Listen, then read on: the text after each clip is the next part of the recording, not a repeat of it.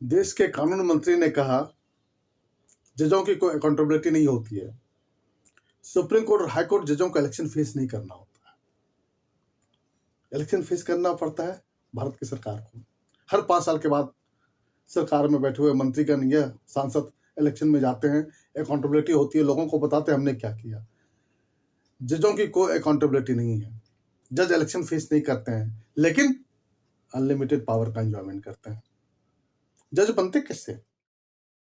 भारत की जो संविधान में जज बनने की प्रक्रिया है, चाहे सुप्रीम कोर्ट या हाई कोर्ट, जो कॉन्स्टिट्यूशनल पोस्ट है, संविधान में लिखी हुई सारी प्रक्रियाओं को ताक पर रख करके भारत में जज ही जज को बनाते हैं। और ये दुनिया में इकलौती ऐसी व्यवस्था है, सिर्फ भारत में मौजूद है, जहां जिसको नाम दिया गया है कॉलेजियम सिस्टम का।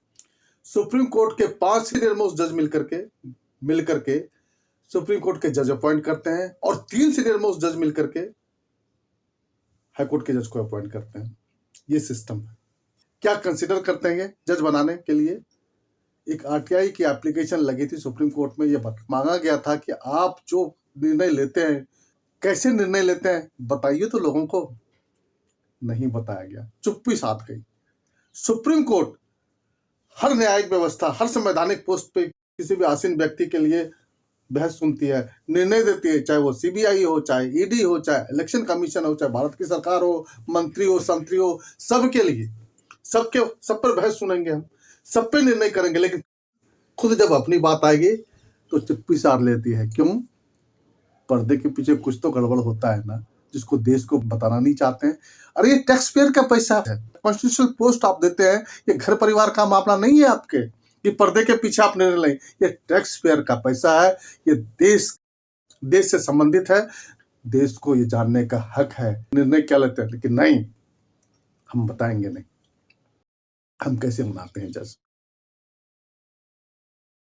हजारों हजार एडवोकेट्स के बीच में से आप किसी का नाम चुनते हैं। अरे छोड़िए, आप मत बताइए कि आप क्या निर्णय लेते हैं, कौन सी ऐसी फैक्टर्स देखते हैं किसी को जज बनाने के लिए, लेकिन ये तो बता दीजिए कि आप चुनते कैसे हैं। हजारों हजार एडवोकेट में से आप जज बनाते हैं, उसी पर्टिकुलर लोगों का नाम आप डिस्कशन करते हैं। कैसे? कौन भेजता है आपको नाम? कौन सुझाता नाम? क्या बार काउंसिल भेजती है? क्या स्टेट बार भेजती है? सरकार भेजती है? कौन भेजता है नाम? किसका नाम कंसिडर करते हैं? कैसे करते हैं? डिवाइन प्रोफेसी है क्या? ऊपर से आसमान से तो आदेश नहीं होता कि फलाने जज का नाम कंसिडर कीजिए। कुछ तो फैक्टर्स होगा ना। पर्टिकुलर आदमी का नाम आप जज के लिए विचार में रखते हैं। कैसे? कौन बताता है आपको? किसके रिकमेंडेशन पे आप नाम को कंसीडर करते हैं, ये बता दीजिए। आप मत बताइए कि कॉलेजियम सिस्टम में क्या डिटर्मिनेंट फैक्टर है, कैसे आप चुनते हैं जजों को, लेकिन ये तो बता दीजिए किसी पर्टिकुलर आदमी का नाम कौन सजेस्ट करता है आपको। नहीं आंसर है इसका। क्यों? कि भारत के प्रणाली में आप देख लीजिए, जुडिशरी को उठा करके 10 से 15 परिवारों के बीच में जुडिशरी घूमती है। इन्हीं में से लोग जज बनते हैं। और ये कोर्ट में कहा जाता है ना, जज के बच्चे जज बनेंगे, वकील के बच्चे वकील, क्लर्क के बच्चे क्लर्क, मुंशी के बच्चे मुंशी। ये तो होता है, यही लोकतांत्रिक व्यवस्था है। अरे आम एडवोकेट की कोई पार्टिसिपेशन है क्या? हमें कोई कंसिडर कर सकता है क्या? हमें कोई कंसिडर करेगा क्या? नहीं। यही सबसे बड़ी दिक्कत है। अब आज दिल्ली हाई कोर्ट में एक श्रीमान सौरभ कृपाल जी हैं, जिसका नाम कॉलेजियम ने, सुप्रीम कोर्ट के कॉलेजियम ने, led by chief justice of India ने सरकार को भेजा है कि इन्हें पर्टिकुलर हाई कोर्ट का जज आप बनाइए। पहली बार भेजा गया था, टर्न डाउन कर दिया था, गवर्नमेंट हम नहीं बनाएंगे। दूसरी बार फिर भेजा गया विथ ए डायरेक्शन कि दूसरी बार आप इसे टर्न डाउन नहीं कर सकते हैं, आपको बनाना पड़ेगा।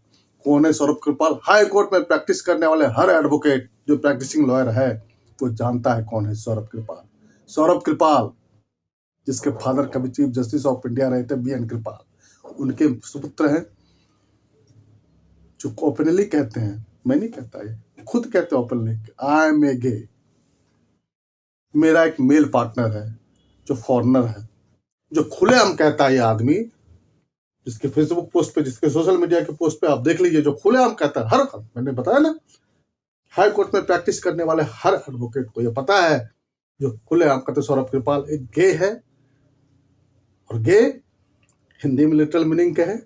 तो सारे LGBT वाले हमारे पीछे पड़ जाएंगे। मैं नहीं कहता भाई हिंदी में क्या है और क्या मतलब होता है, लेकिन आप जब ये कोई एक हाईकोर्ट में जज बना रहे हैं, मुझे एक बात बता दीजिए आप, कॉलेजियम सिस्टम में, कॉलेजियम में डिसीजन करने वाले सारे जज साहबान, मुझे बताइए जरा, हमें इसको ये बताइए कि ऐसा कौन सा सुरखाप के पर लगे हैं सौरभ कृपाल में, despite of the fact that he admitted himself openly that he is a gay, he is having a male partner, आप उसको जज अपॉइंट कर रहे हैं। ऐसा क्या फैक्टर उसमें आपने देख लिया? हाँ, बताते हैं। मैंने पहले कहा ना, भारत में न्यायिक व्यवस्था में परिवारवाद का पुट देखिए आप कैसे होता है। मैंने कहा ना कि कौन सा ऐसा सुरखाप के पर लगे हैं सौरभ कृपाल में, जिसको जज बनाना चाह रहे हैं भारत के मुख्य न्यायाधीश और 2 जज मिलकर के सुप्रीम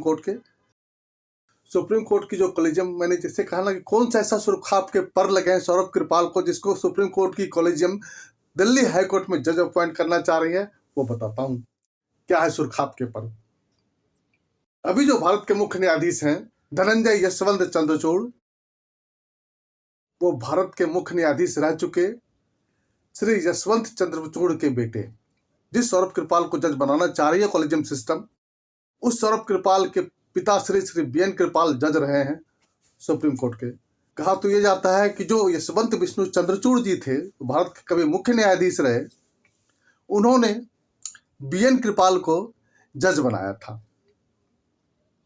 जो BN कृपाल सुप्रीम कोर्ट के मुख्य न्यायाधीश रहे, श्री BN कृपाल जी ने, मुख्य न्यायाधीश श्री BN कृपाल ने यशवंत विष्णु चंद्रचूड़ के पुत्र श्री धनंजय यशवंत चंद्रचूड़ को जज बनाया। तो रिपे करने का वक्त आ गया ना, कैसे रिपे करें? तो धनंजय यशवंत चंद्रचूड़ जी BN कृपाल के सुपुत्र श्री सौरभ कृपाल को हाईकोर्ट का जज अपॉइंट कर रहे हैं। बहुत मोदी जी कहते हैं परिवारवाद, राजनीति में परिवारवाद है, देश में परिवारवाद है, परिवार का विरोध करते हैं। अरे मोदी जी, इस परिवारवाद का विरोध क्यों नहीं कर रहे हैं? सुरखाप के पर यही तो है। अब सोचिए, तो कपरली जब एक आदमी कह रहा है कि मैं गे हूं, क्या भारतीय मानसिकता इसको एक्सेप्ट करती है? क्या हम इतने लिबरल हुए हैं? क्या एक हाई कोर्ट का आम एडवोकेट जब अपीयर होगा उस जज के सामने, सौरभ कृपाल के सामने, क्या दिमाग में ये गूंजेगा नहीं कि यही आदमी तो कहता था I am a gay, I have a male partner? कैसे आप अपीयर हो सकते हो उस आदमी के सामने? भारतीय लोकतंत्र में, एक न्यायिक व्यवस्था में कैसे उस आदमी से अपेक्षा कर सकते हैं न्याय की, जो परिवारवाद की उपज है? क्या सच लोकतंत्र के लिए सही स्वस्थ परंपरा है क्या कि 5 आदमी, 5 जज मिलकर के, 3 जज मिलकर के, सुप्रीम कोर्ट के जज मिल करके हम पे थोपते हैं? एक रातों रात आप बना देते हैं किसी आम एडवोकेट, कहीं कोई हमारी कोई सहभागिता नहीं है, ना हमसे कोई पूछता। अरे दिन रात तो हमें अपीयर होते हैं ना आपके सामने। क्या एडवोकेट इस जुडिशियल सिस्टम में एक इंपॉर्टेंट रोल प्ले नहीं करता है क्या? एडमिनिस्ट्रेशन ऑफ जस्टिस में, डिस्पेंसेशन ऑफ जस्टिस में क्या हमारी कोई भूमिका नहीं है क्या? क्यों नहीं पूछते आप हमसे किसको जज बनाए? और हमसे तो पूछिए ना, दिन रात हम अपीयर होते हैं, हम बहस करते हैं आपके सामने, हम आपसे निर्णय लेते हैं, हम बताएंगे ना, हमारे बीच में तो आप रहते हैं ना, हम बताएंगे आपके बारे में कि किसको जज बनना चाहिए, किसको नहीं बनना चाहिए। क्या आम आदमी को कोई महत्वपूर्ण भूमिका है क्या? कहा यही जाता है। आप हाई कोर्ट या सुप्रीम कोर्ट के आप कॉरिडोर में घूमिए, आपको पता जाता है कि क्या जज बनने की क्वालिटी क्या है। Well connected person must be having legacy of judiciary. आज कोई लड़का अगर जज के बच्चे घूमते हैं कॉरिडोर में तो कहा जाता है देखो फ्यूचर में ये जज बनेगा। हम एडवोकेट क्या करें? ये आपके पारिवारिक मामला हो गया ना, परिवार के अंदर का मामला हो गया ये। इसीलिए सरकार से दरखास्त है, दिल्ली हाई कोर्ट में सौरभ कृपाल का जज बनना, ये दिल्ली हाईकोर्ट के एडवोकेट को हमें तो लगता है कि मंजूर नहीं है। राष्ट्रपति महोदया से और भारत की सरकार से यह गुजारिश है कि कॉलेजियम सिस्टम के द्वारा दिए गए रिकमेंडेशन को, जहां सौरभ कृपाल को दिल्ली हाईकोर्ट की जज बनने की बात चल रही है, जिसमें रिकमेंड किया गया है सौरभ कृपाल को दिल्ली हाईकोर्ट का जज बनाया जाए, उसको टर्न डाउन कीजिए, मत बनाइए। क्यों? ऐसा नहीं है कि सारे जज काम के नहीं है। There are so many nieces in the high court and supreme court. क्या उन पे प्रश्न चिन्ह नहीं लगता है क्या कि 1-2 अपॉइंटमेंट पे अगर किसी अच्छे अपॉइंटमेंट पर प्रश्न चिन्ह लगता है तो क्या उसको रुकना नहीं चाहिए क्या? क्या भारतीय लोकतंत्र के लिए, भारतीय न्यायिक व्यवस्था के लिए सही बात है क्या? अभी भी आज भी भारत में एक आम आदमी का विश्वास न्याय व्यवस्था पे है।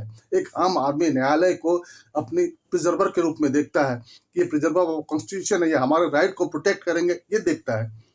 क्यों विश्वास तोड़ते हैं आप एक आम आदमी का?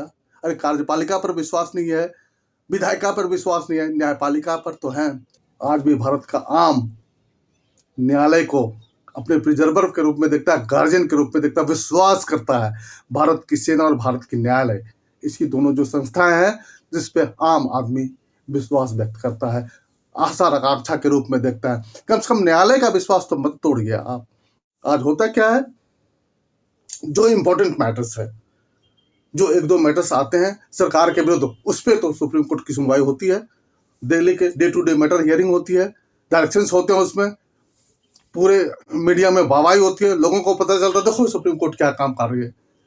लेकिन जो हजारों मैटर में डेटें लगती है, जहाँ सुनवाई नहीं होती है, एक पेंशन के लिए आदमी तड़पता हुआ मर जाता है, पेंशन नहीं मिलता है उसको। हाई कोर्ट या सुप्रीम कोर्ट में आप डेट देख लीजिए, आज 2023 के जनवरी में मैं कह रहा हूँ 2024 की तारीखें मिल रही है। हाई कोर्ट और सुप्रीम कोर्ट में 2024 की तारीखें मिल रही है। क्या ये गलत नहीं है? आप सरकार को तो डायरेक्शन देते हैं, you do this, you do that, you have to do this. लेकिन आम आदमी क्या है? क्या आम आदमी आज भी न्याय व्यवस्था में, आम आदमी न्यायिक, इस महंगी न्यायिक व्यवस्था में न्याय की अपेक्षा कर सकता है क्या? नहीं, बिल्कुल नहीं। एक एडवोकेट होने के नाते ये कह रहा हूं कि आज आम आदमी को न्यायिक व्यवस्था में न्याय मिलने की उम्मीद बिल्कुल छिन्न है। आज सुप्रीम कोर्ट है क्या? कहा जाता है कि 10 से 15 एडवोकेट को रिलीफ मिलता है। इसी 10 से 15 एडवोकेट को आप एंगेज करिए, आपको रिलीफ मिलेगा, नहीं तो नहीं। किसने ये परसेप्शन क्रिएट किया? किसने ये परसेप्शन किया कि 10 से 15 एडवोकेट को ही रिलीफ मिलेगा, बाकी आम एडवोकेट्स को कुछ नहीं मिलना है इसमें? फिर ऐसी व्यवस्था क्यों, ऐसा सिस्टम क्यों? इसलिए कि इसका दोष कहीं ना कहीं जज बनने की प्रक्रिया में छिपा हुआ है। जब आप जज अपने घर परिवार के लोगों को बनाइएगा, जिसका आम लोगों से कोई मतलब नहीं है, आम एडवोकेट से कोई मतलब नहीं है, आम एडवोकेट के बीच का कोई आदमी जज नहीं बन सकता है, तो न्याय क्या देगा वो तो यही समझेगा ना कि न्याय रिच लोगों, धनी लोगों के लिए है, वेल कनेक्टेड लोगों के लिए है। तो न्यायिक व्यवस्था को वेल कनेक्टेड लोगों के लिए मत बनाइए, आम आदमी के लिए रहने दीजिए। इसलिए आज गुजारिश है, ये न्यायिक व्यवस्था के लिए अच्छा होगा, विश्वास लोगों का बना रहे।